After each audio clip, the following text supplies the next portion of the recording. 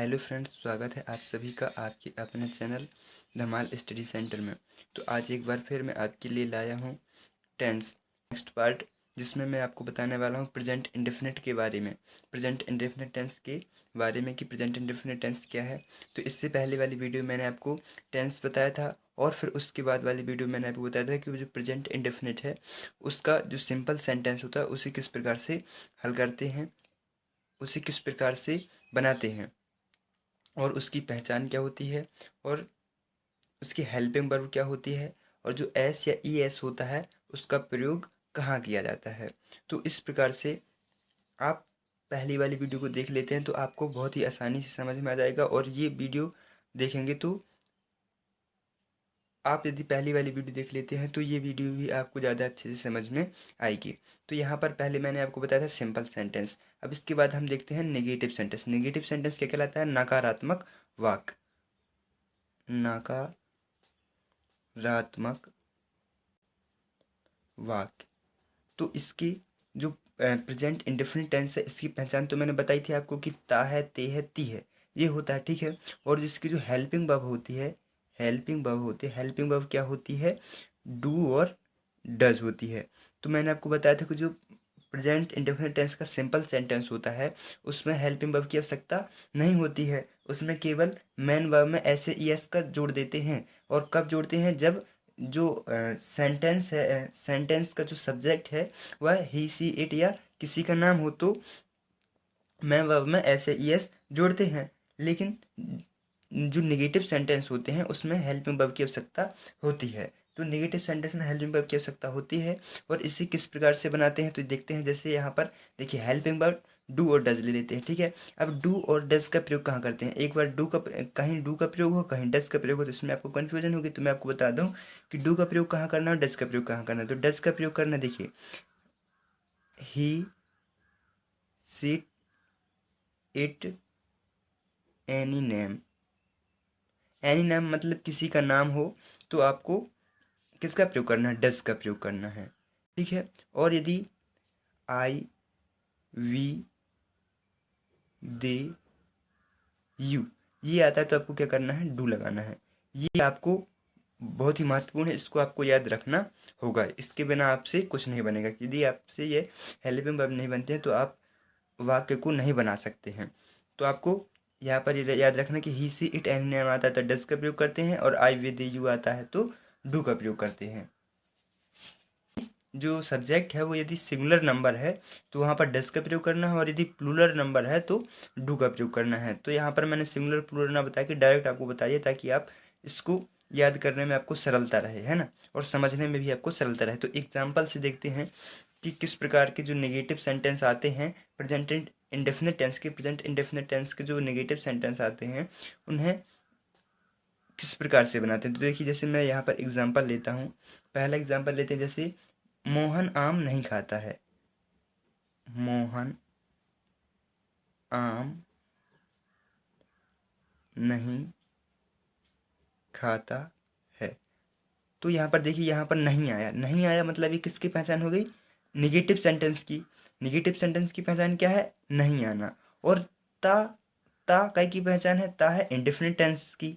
और जो है ये किसकी पहचान है? प्रेजेंट टेंस की। तो यहाँ से हम समझ गए कि प्रेजेंट ता है आ गया मतलब प्रेजेंट इंडेफिनिट टेंस का वाक्य है। और नहीं है मतलब नेगेटिव सेंटेंस है। अब जब नेगेटिव सेंटेंस है तो यहाँ पर हेल्पिंग वर्ब का प्रयोग होगा। तो इसकी हेल्पिंग वर्ब क्या है? डू और डज है। तो यहाँ पर हम इसका स्ट्रक्चर, पहले एक बार स्ट्रक्चर बना लेते हैं। स्ट्रक्चर क्या बनाएंगे? सब्जेक्ट, स्ट्रक्चर मतलब formula, subject plus do does. Do does या हेल्पिंग वर्ब लिख सकते हैं यहाँ पर, प्लस नॉट, प्लस वर्ब का फर्स्ट फॉर्म, प्लस ऑब्जेक्ट। तो यहाँ पर आपको वर्ब का फर्स्ट फॉर्म लगाना है, ठीक है।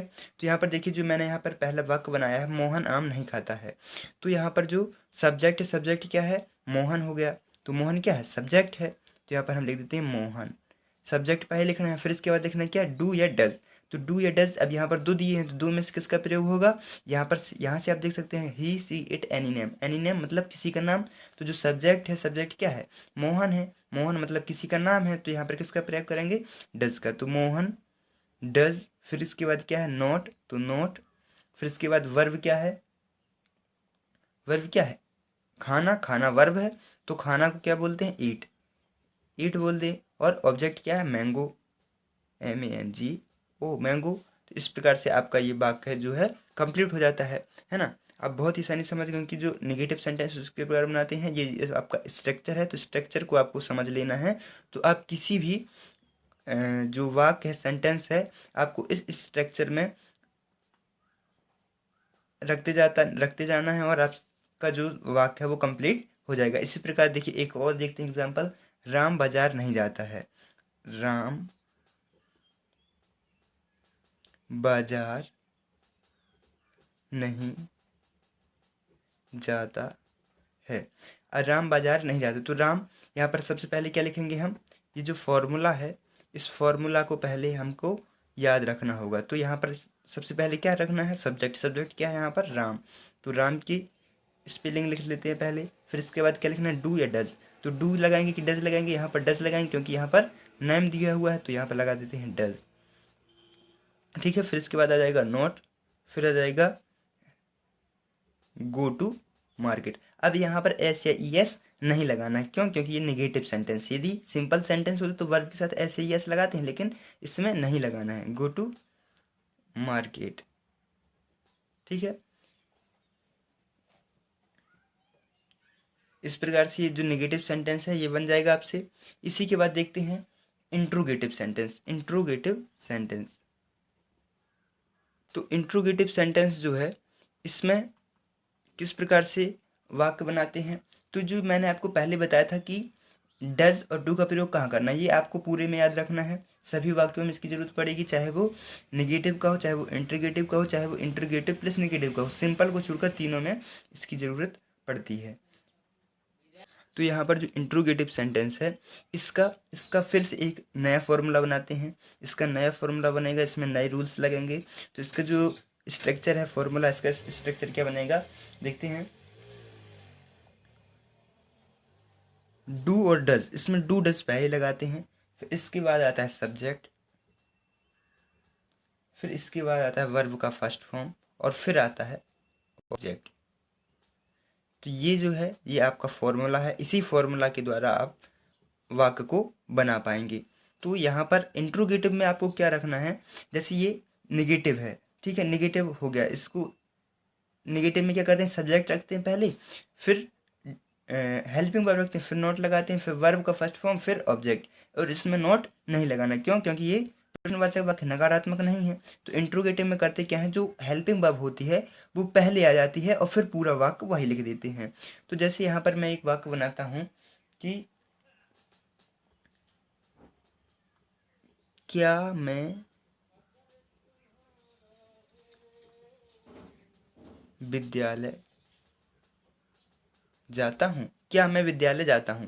तो इसमें क्या करेंगे, यहाँ पर पहले देखते हैं हम सब्जेक्ट, देखना पहले सब्जेक्ट है तभी, क्योंकि यहाँ पर डू और डज है, तो डू डज का प्रयोग कैसे करेंगे सब्जेक्ट के अनुसार, सब्जेक्ट के अकॉर्डिंग डू डज का प्रयोग होता है। तो सब्जेक्ट क्या है मैं, और मैं के साथ डू लगेगा कि डज लगेगा, ये आपको मैंने बताया था, आपको ये आपको याद कर लेना है। तो जो सिंगुलर होता है, सिंगुलर नंबर होता है उसमें डज का प्रयोग करते हैं, जो प्लूरल नंबर होता है उसमें डू का प्रयोग करते हैं। तो यहाँ पर मैं क्या है आई, तो आई वी दे यू के साथ किसका प्रयोग करते हैं डू का प्रयोग करते हैं। तो यहाँ पर क्या लिखेंगे डू, डू, फिर डू के बाद आ जाएगा सब्जेक्ट, सब्जेक्ट क्या है आई है, वर्ब का फर्स्ट फॉर्म क्या है गो, और फिर ऑब्जेक्ट क्या है school, go to school, do I go to school, है ना। इसी के बाद यदि लिख दें कि क्या वह रोता है, क्या वह रोता है, तो वह में जो होता है वह मतलब ही के साथ किसका प्रयोग होता है डज का, तो यहाँ पर लिख देते हैं डज ही, और फिर इसके साथ क्या आएगा वी पाएगा। और एक बात और यहाँ पर मैं एक चीज़ बताना आपको भूल गया, यहाँ पर आपको क्वेश्चन मार्क बहुत ही इंपॉर्टेंट है, यदि आप क्वेश्चन मार्क नहीं लगाते तो आपका पूरा गलत हो जाएगा। तो यहाँ पर आपको क्वेश्चन मार्क लगाना ही लगाना है, यदि आप क्वेश्चन मार्क लगाना छोड़ देते हैं तो आपका पूरा गलत हो जाएगा। तो यहाँ पर आपको क्वेश्चन मार्क ऐड जरूर करना है, ठीक है।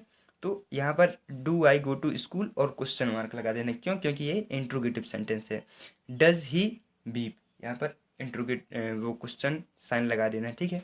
इस